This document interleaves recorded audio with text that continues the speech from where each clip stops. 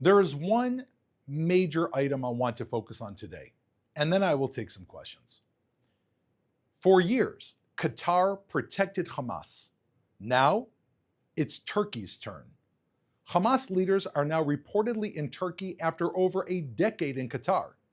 The United States pressured Qatar, a major non-NATO ally, to kick Hamas out. But now Turkey, an actual NATO member, is welcoming Hamas in. And this while Israeli hostages are still struggling to survive in Hamas's underground terror tunnels. Qatar provided luxury villas to Hamas. Qatar gave almost $2 billion to Hamas. Qatar gave political cover to Hamas. The real question is, should we expect anything different from Turkey? Well, let's see how they both responded on October 7th. On October 7th, while the Hamas massacre was still taking place, Qatar condemned Israel. 2 weeks later, Turkey's President Erdogan praised Hamas.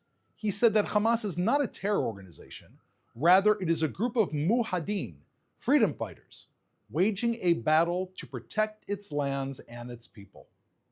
Turkey and Qatar sound the same, and unfortunately they share the same support and ideology as Hamas terrorists.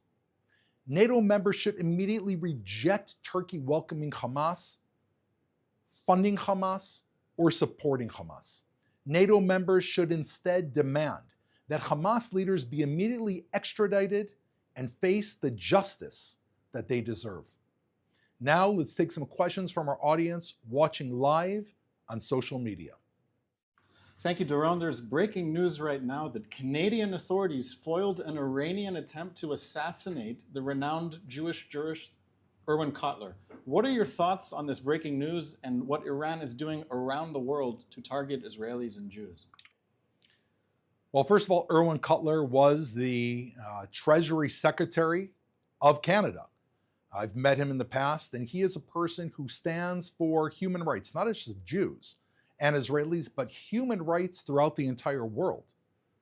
I'm not at all surprised with this announcement that Iran would try to assassinate Irwin Cotler, because if he stands for human rights, that is exactly the opposite of what Iran stands for. Iran is a regime that it keeps its people in a constant sense of terror. The mullahs are the enemies of the people. If they remove their hair covering, as we've seen, they're gunned down in the streets. There's no freedom of expression in Iran. Their voting is a hoax because they vote for a prime minister, whereas Khomeini, the Ayatollah, is always still in power and calling the shots. So they're not even really voting for anyone, meaning there are no real human rights in Iran for the Iranian people. And if Iran sees somebody that's supporting human rights throughout the world, especially if he's a Jew, he would obviously be a target. The world needs to step back and look at this and say, look, this is a person that supports human rights, not only for Jews, but for me, for Christians, for Muslims, for anyone. And if Iran is targeting him, then maybe one day Iran is going to target me. That is a question that everyone in the world needs to be asking, which is why there needs to be a global effort to shut down Iran, to shut down their terror activities, their nuclear program, and to have a regime change that is going to be a country of the people of Iran and not that small group of mullahs who keeps them as hostages in their own country. Our next question is from our Instagram Live from Stacy in Detroit, who asks, what diplomatic pressure should be put on Turkey? They are advertising as a tourist destination. I mean, I think that this is absurd. We've really seen how Turkey under Erdogan has gone from being an incredible tourism destination, both for Americans, for Europeans. I visited there, into a state that is quasi-sponsoring terror, a state that has become an enemy of the West and an enemy of Israel. And it is important to note that Turkey is a member of the North American Treaty, the NATO, that they have other countries, major Western countries, that they are in a pact with, and therefore these countries made that pact with them because Turkey used to be Western facing.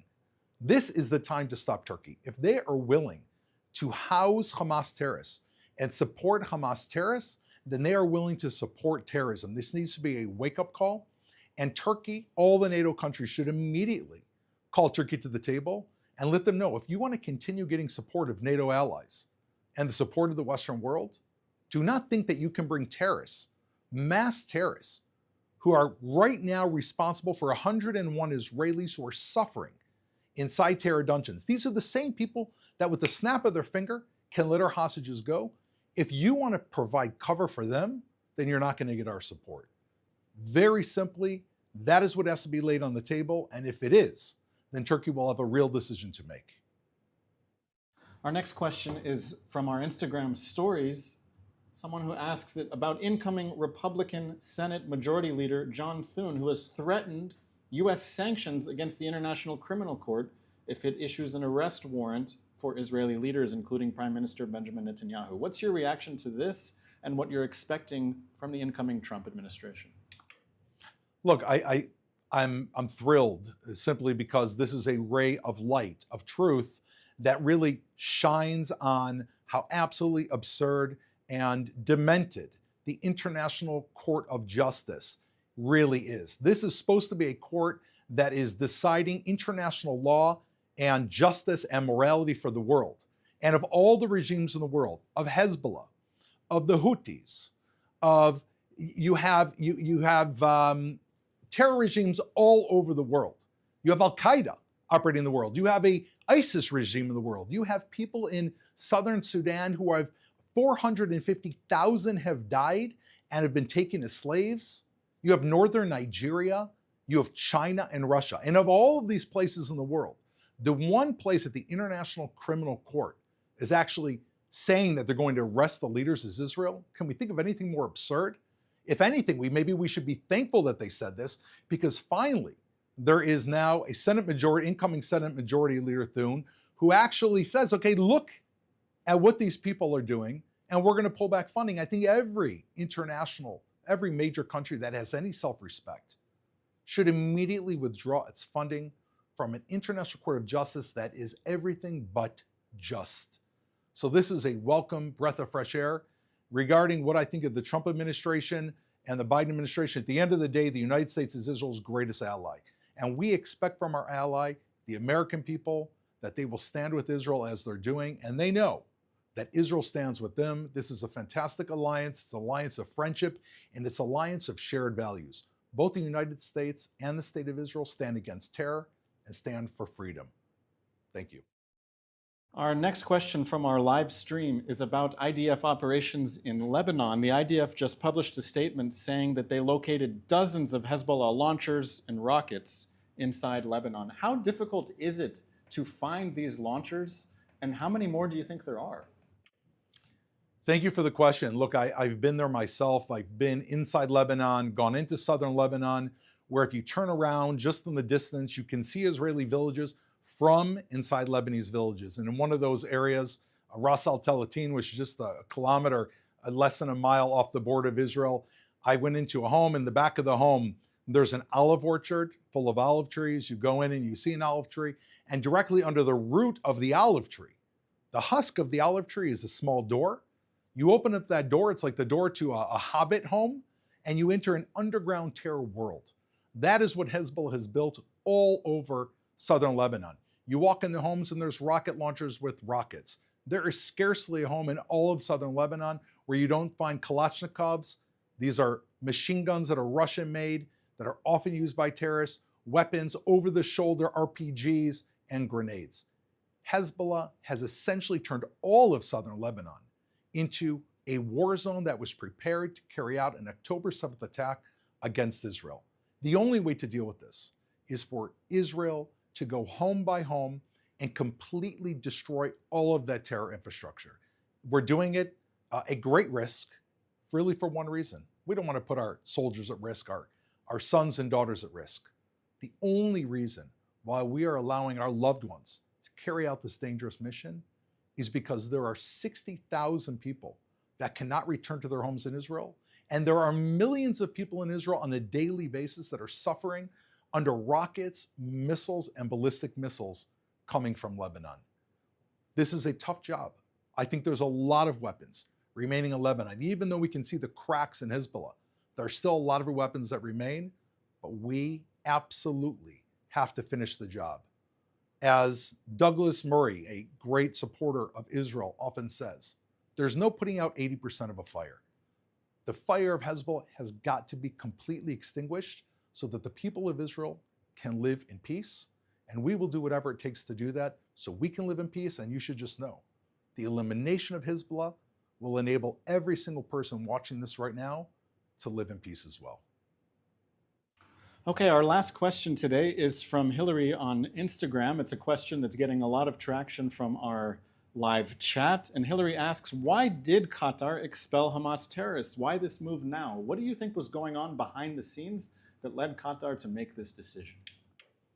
Look, I wasn't party to the actual discussions. What I can explain is the timing. We know that Qatar made this insistence one day after the United States election. So therefore, people can draw whatever type of conclusion they want, whether it is the incoming suspected pressure from the Trump presidency or whether it's the Biden presidency that is going for a strong push against Qatar. But it's clear that Qatar is a country that has been supporting Hamas for years. They are the ones that have been giving cash to Hamas. They have brokered between Hamas and Iran, and Qatar have been playing both sides of the field. On one hand, they say that they're a country that loves the West. They house in a very large port of the United States. And on the other hand, as the United States itself knows, they fund groups of terror.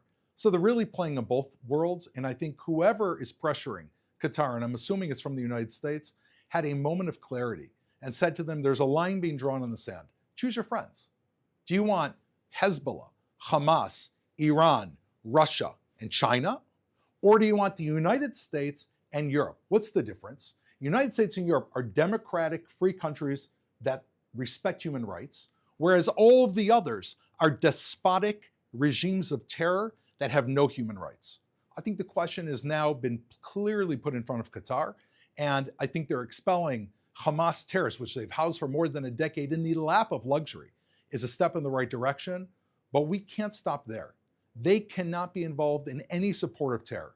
And the world needs to come together and say, Qatar, you want to host the World Cup? You want to be a part of the West? Well, then support human rights, support democracy, and stand by your West. Choose your friends. Don't play two sides of the same field. Thank you very much for your questions. I would also like to announce that we have a new Spanish language channel. Links are in the description and across our platforms. Thank you for joining us today at the Israel Citizen Spokespersons office. We are here every day at 3 p.m. Israel time, 8 a.m. Eastern Standard Time. We're here to bring you the news, you the commentary, so that you will know the truth and you can tell everyone else around you. And together, we can support the state of Israel and most importantly, support the truth. Thank you.